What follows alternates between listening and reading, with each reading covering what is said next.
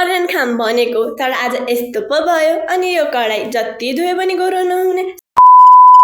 so hello everyone welcome back to my new mini blog सबैजना सन्चै आरामै हुनुहुन्छ होला अब आज चाहिँ गर्नाले के गरिरहेको छु भनेर हजुरहरूले देखिसक्नुभयो मेरो कामै के हुन्छ पोछा लगाउने म यहाँ पोछिरहेको थिएँ कि अनि आमाले चाहिँ मलाई जिस्काउँदै हुनुहुन्थ्यो कि जहिले यसले नाच्दै गाउँदै चकचक गर्दै काम गर्छ यताउता भन्दै हुनुहुन्थ्यो कि फेरि आमाले त मलाई लास्टै जिस्काउनुहुन्थ्यो अनि साथीहरू मैले चाहिँ कि जति काम गरे पनि मेरो आमाले चाहिँ कहिल्यै देख्नुहुन्न के भन्नुहुन्छ कि जहिले पनि मोबाइल किन राख्छ कि त काम गर्दाखेरि काम गर्न मोबाइल साइडमा राखेर काम गर्न जहिले यस्तै काम गर्दा नि मोबाइल चलाइरहेको हुन्छ कामै गर्दैन मोबाइल मात्रै चलाउँछु भन्नुहुन्छ कि हजुर किन होला तर साथीहरू मेरो काम त कहिल्यै पनि देखिनँ कि मैले जति काम गरेँ पनि अनि पछि मेरो दादाले चाहिँ कि फेरि आम टिपेर ल्याएको थियो कि यस्तै झर्छ नि दिनमा आम झरेको झडै हुन्छ नि त अनि उसले चाहिँ आम टिपेर ल्याएको थियो उसको कामै आम टिप्ने हो नि त अनि त्यही भएर मैले चाहिँ आम टिपेर ल्याएँ फेरि अनि पछि कति काम मात्रै गर्नु भनेर म चाहिँ पैसा बोकेर हिँडेँ अब म हिँडिरहेको थिएँ कि तर यस्तो गर्मी थियो नि मेरो तालुमा आलु पाकिहाल्थ्यो कि यस्तो गर्मी थियो यस्तै गर्मी थियो अब गर्मीको त म केही पनि मान्दैन किनकि म हिँडै हुन्छ नि त गर्मी होस्